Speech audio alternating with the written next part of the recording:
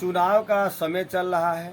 लोकतंत्र का सबसे बड़ा लोकतांत्रिक पर्व चल रहा है, जिसमें वोट के माध्यम से हम अपनी आवाज़ को उठा सकते हैं।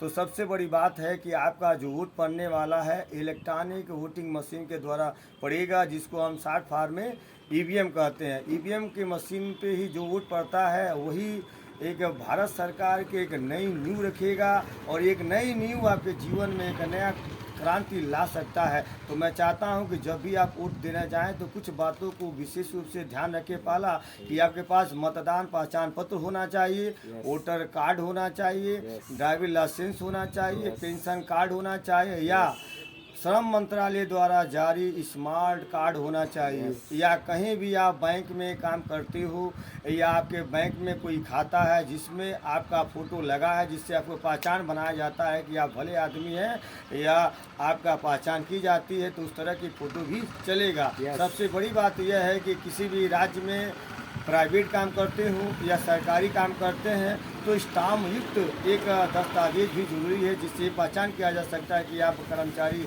हैं या नहीं है। और बहुत सबसे लास्ट इम्पॉर्टेंट बताना चाहते हैं कि कोई भी आप पेंशनधारी व्यक्ति हैं वो अपने पेंशन कार्ड के दस्तावेज के माध्यम से अपना कीमती वोट अपना दे सकते हैं। ये कुछ बातें हैं जिसको मूलतः आपको रखना चाहिए, सीखना चाहिए कि आपका एक वोट आपके क्षेत्र के लिए, आपका देश के लिए और आपके गाँव नगर की क्रांति में एक नया चमत्कार लाना चाहते हैं तो एक देश में एक नया कुशलता के साथ एक नया वोट दीजिएगा। कुछ शब्दों के साथ मैं अपने वाणी को विराम देना चाहता हूं। फिर भी मैं चाहता हूं कि अगर ढेर जानकारी आपको लेना है तो 1950 पे डायल करके पूरी सूचनाओं को एकत्रित कर सकते हैं। धन्यवाद। ओके।